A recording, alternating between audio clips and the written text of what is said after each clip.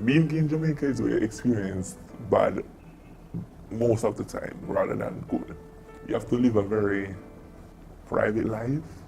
This is where you face a lot of discrimination. It's like you're restricted from doing certain stuff that you would want to do or pursue. You have to try fit in, especially if you live in the inner city community. It has been a rough. First of all, I was living when I found out that I'm gay. Community came down and I did have to leave the community. Family member don't talk to me, as in cut me out. It was stressful. You don't have a shelter, you don't know where your next meal is gonna come from. They're gonna use stuff like verbally attack you, saying a lot of derogatory words, calling you names. Some of them will try to come at you physically. This is the reality that men who have sex with men face each day in Jamaica. The scourge of stigma and discrimination. The MSM community in Jamaica, they are not a set of persons who are accepted. They face discrimination within the family and outside of the family. They face violence from family members, especially male family members. We've seen a growing issue around displacement and homelessness, particularly amongst youth 16 to 24.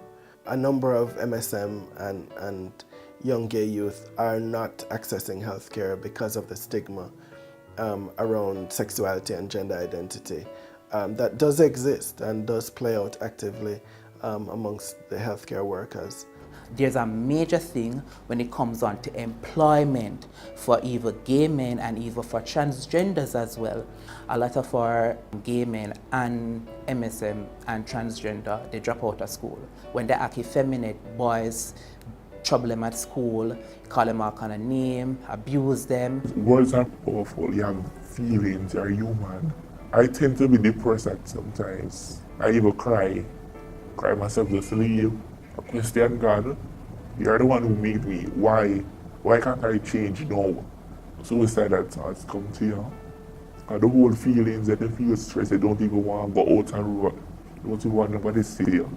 To bring public attention to these issues, Panos Caribbean and World Learning partnered on a project funded by the United States Agency for International Development that uses communication as a tool for change. Our aim on this project has been to sort of reduce stigma and discrimination in the society and to improve media reporting on the issues affecting MSMs in Jamaica.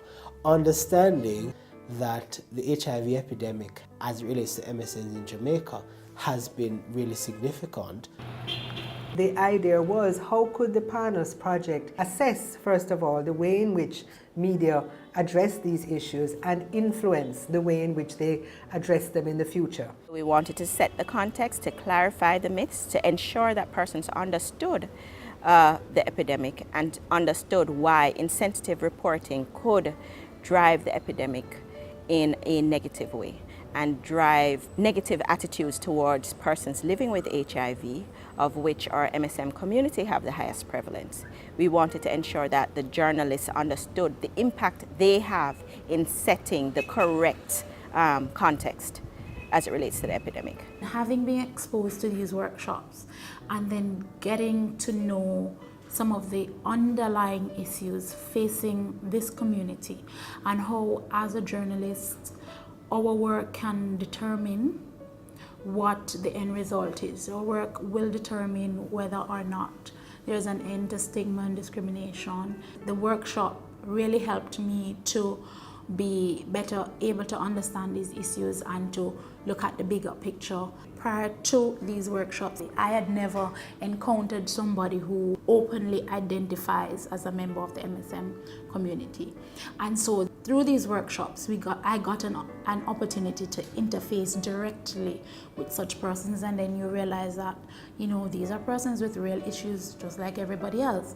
These are persons whose issues need to be heard. The series of workshops have helped me to move away from my personal opinion. I have been able to separate whatever my personal opinion is from what I have to do as a journalist.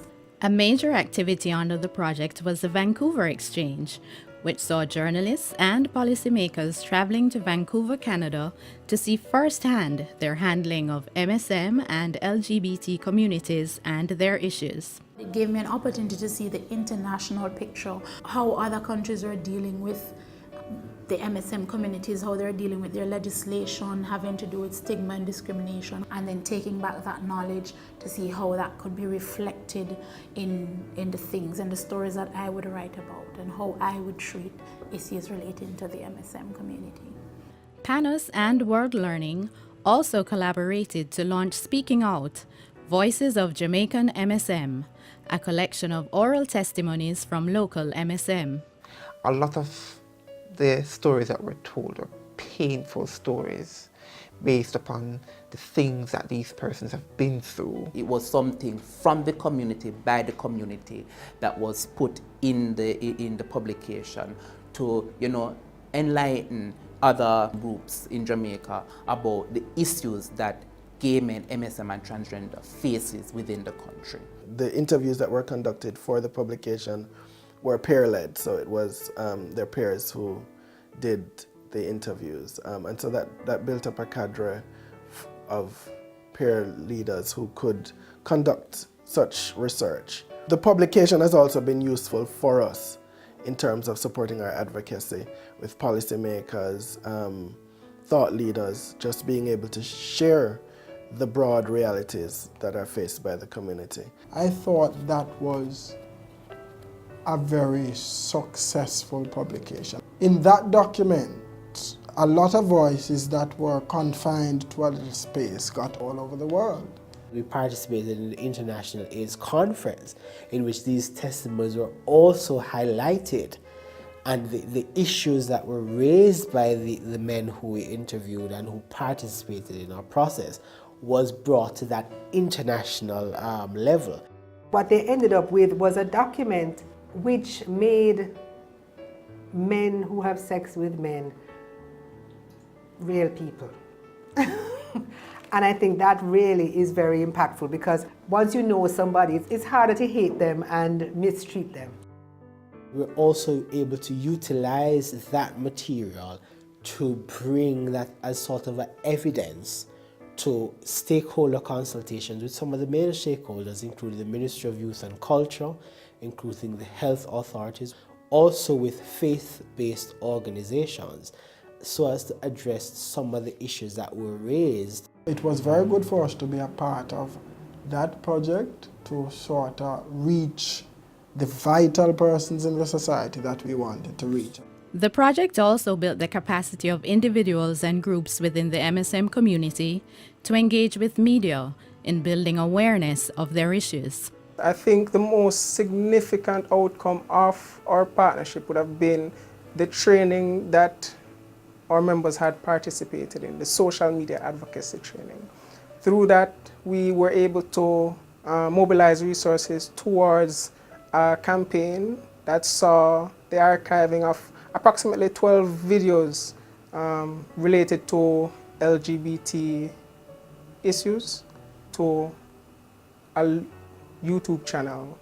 The name of the YouTube channel is Jamaican LGBT News. To date, that YouTube channel has accumulated in excess of 400,000 views and generated significant revenue that has gone towards other projects that have benefited other members of the LGBT community. And I think that is a significant gain. The organization has actually, from that time, moved to creating its own Facebook page.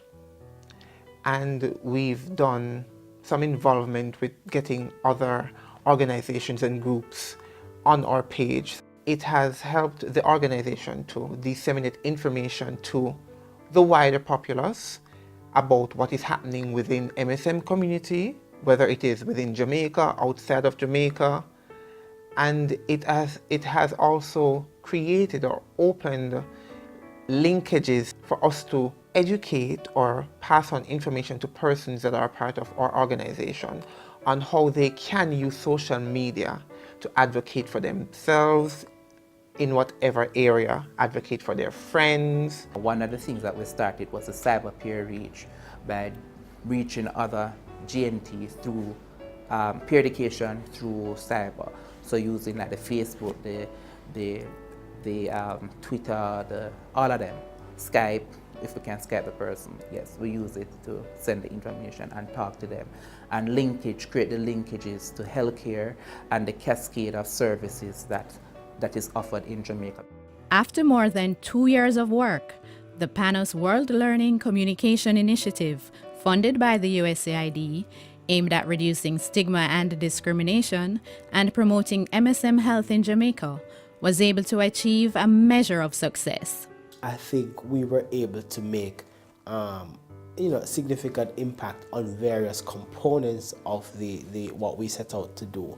I think we're at the point where we are ripe for action, and I think this process has been able to facilitate us, to bring us along that spectrum to the point that there are tangible issues that we need to action in order to address some of the concerns that have been raised.